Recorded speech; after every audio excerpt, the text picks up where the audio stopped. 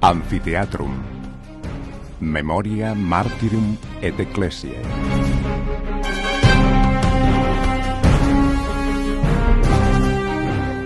Al borde del Mare Nostrum, recostado sobre la falda del promontorio de Tárraco y fuera del recinto amurallado, se levanta el anfiteatro, un edificio lleno de fascinación, testigo de 2000 años de historia. El anfiteatro se construyó en la primera mitad del siglo II, cuando la ciudad de Tárraco, capital de la Hispania Citerior, alcanzó su crecimiento urbanístico más notable. Con la erección del anfiteatro, la ciudad completaba un programa de edificaciones dedicadas a los grandes espectáculos. Tárraco ya disponía de un teatro donde poder disfrutar de las obras de Plauto o Terencio que tanto divertían a los romanos. El circo permitía vivir con toda la intensidad las carreras de carros y ovacionar a sus campeones como los áurigas Fuscus y Eutiques.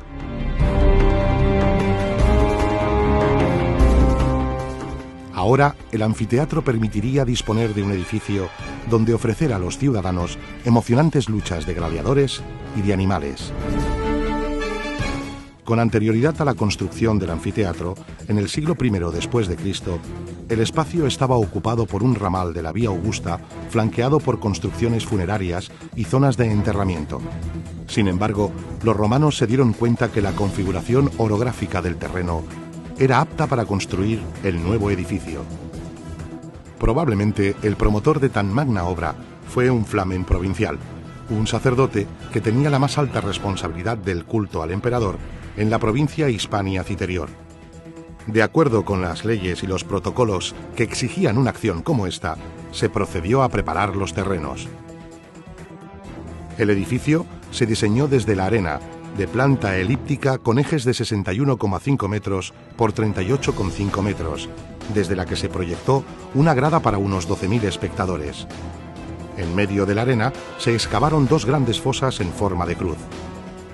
En las entrañas de estas estructuras se instalaron montacargas para subir hombres y animales a la superficie, vestuarios y un altar dedicado a la diosa Némesis, donde los gladiadores pudieran realizar sus invocaciones rituales previas antes de salir a la arena. Las fosas, tapadas por grandes vigas de madera, obstruían todo tipo de iluminación en el interior. El espacio era oscuro y reservado. El gladiador sabía que cuando subiera a la arena, un griterío ensordecedor de un público entregado, la luz y la escenografía del espectáculo dispararía su adrenalina para entregarse al éxtasis del combate. A partir de este momento, no habría espacio para el error. Desde el púlpitum, las autoridades presidían el espectáculo que acontecía, no solo una diversión, sino también un acto identitario y de adhesión al orden instituido. Era un espacio privilegiado que permitía una visión centrada de la arena y protegida del sol de mediodía. Los espectadores se distribuían según su rango social, en 3 niveles de gradas separados por muros divisorios y pasillos llamados praequintiones. En las gradas inferiores se sentaban los espectadores de rango superior. En el año 221, el emperador Heliogábalo promovió en el edificio algunas obras de restauración y ampliación de las fosas.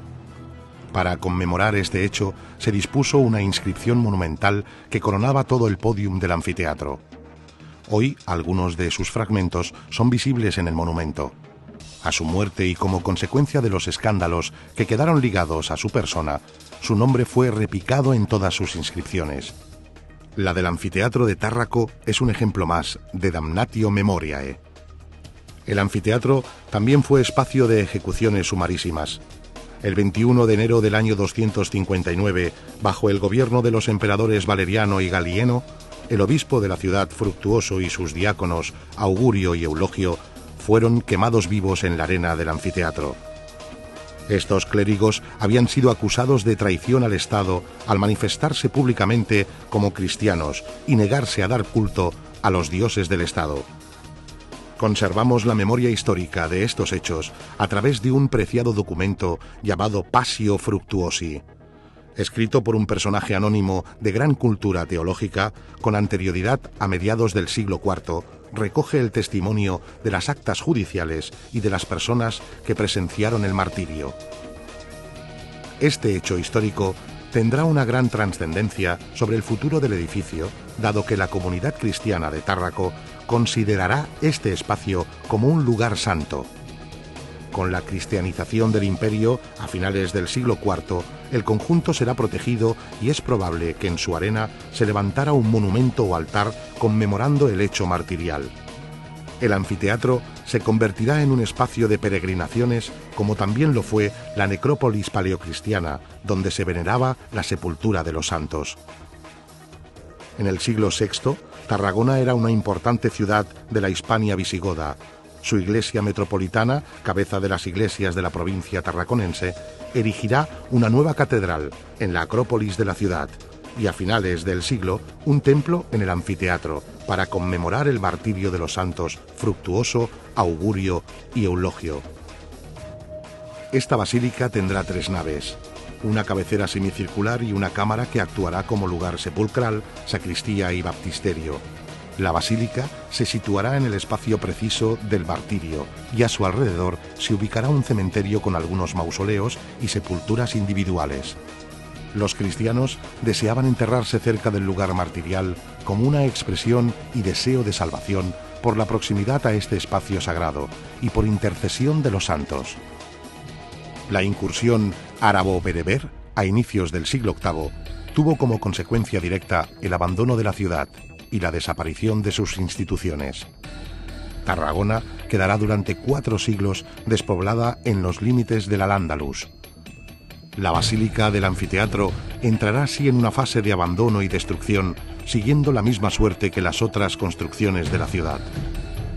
Cuando a mediados del siglo XII se produce de manera efectiva la restauración de la ciudad, la Iglesia reconoció en este espacio un lugar sagrado y sobre los restos de la basílica visigótica será construida una nueva iglesia de estilo románico. La iglesia se dedicó a la Virgen bajo la advocación de Santa María del Milagro. Así lo explicita una bula del Papa Anastasio IV a la Iglesia de Tarragona en 1154, siendo arzobispo Bernat Tort. Su planta es de cruz latina y su ábside cuadrangular. El acceso al templo se realizaba mediante una única y bella portalada, abierta a la nave principal mirando hacia la ciudad. Las influencias artísticas del orden del Císter, tan presentes en la diócesis de Tarragona, se dejarán notar en la construcción de esta nueva edificación eclesial. En el año 1568, la iglesia será sede de la Congregación de la Purísima Sangre y poco después, en el año 1576, será regida por una comunidad de frailes trinitarios que erigieron un convento junto al templo. El espacio se transformó de una manera profunda y el antiguo anfiteatro se encontraba tan degradado que el humanista Pons d'Icart lo confundió con un teatro. El pavimento del templo medieval fue elevado, se abrió un nuevo acceso a los pies de la nave central y se construyeron 2 cuerpos adosados a la iglesia, suprimiendo el acceso de la portalada románica original. Cada vez más, las estructuras del anfiteatro quedaban sepultadas por rellenos de historia. El convento de los Trinitarios se mantuvo en el anfiteatro hasta el año 1780, a excepción de breves periodos relacionados con la Guerra de los Segadores y de Sucesión. A partir del año 1792, el antiguo convento se utilizó como prisión militar y después como penal para presidiarios que cumplían penas de trabajos forzosos en la red de caminos de la demarcación y principalmente en las obras de ampliación del puerto de Tarragona. En el año 1908, el penal dejó de funcionar. En el año 1910, el Estado cedió la propiedad de los terrenos del antiguo presidio al Ayuntamiento de Tarragona. Se procedió a derribar las estructuras del antiguo centro penitenciario con el deseo de recuperar la visión de la antigua iglesia románica. El procedimiento de reforma arquitectónica no fue el adecuado y se inició una etapa de progresivo deterioro y hundimiento de parte de las estructuras de la iglesia románica.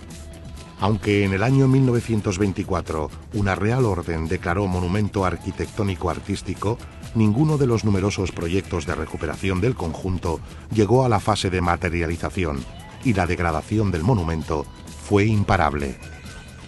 A mediados del siglo XX, el Museo Arqueológico Provincial, con la participación de la Asociación Amigos del Anfiteatro y la financiación del filántropo americano William Jr. Bryant, llevaron a cabo un amplio proceso de recuperación del recinto para la ciudad. Se excavó hasta recuperar el alzado de las estructuras arquitectónicas conservadas del anfiteatro y se redescubrió la Basílica Visigoda, desaparecida en nuestra memoria histórica. A partir de los años 80 se impulsó el acondicionamiento del recinto y el desarrollo de un proyecto científico dirigido por el Taller Escuela de Arqueología de Tarragona, que estableció los fundamentos científicos para la difusión de los trabajos de recuperación. En los últimos años se han desarrollado actuaciones arquitectónicas acompañadas de intervenciones arqueológicas que han facilitado la conservación de los edificios y el acceso de los visitantes. En el año 2009, un acuerdo de colaboración entre el Ayuntamiento de Tarragona, el Instituto Catalán de Arqueología Clásica y el Arzobispado de Tarragona establecía un marco científico y de investigación de las iglesias del anfiteatro.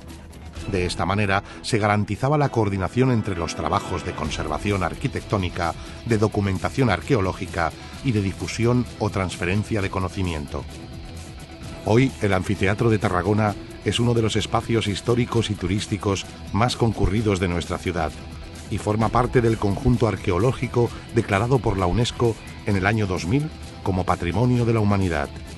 El anfiteatro es un puente que une presente y pasado, obsequiándonos con muchas de las claves históricas que nos ayudan a entender nuestra cultura y nuestra esencia como pueblo mediterráneo. Su arena todavía se convierte en una plataforma privilegiada de espectáculos, visitas y encuentros. Como un árbol antiguo que da fruto y ofrece sombra y cobijo, el Anfiteatro de Tarragona sigue siendo un edificio vivo que acoge benigno a todo el mundo que se acerca con deseo de saber.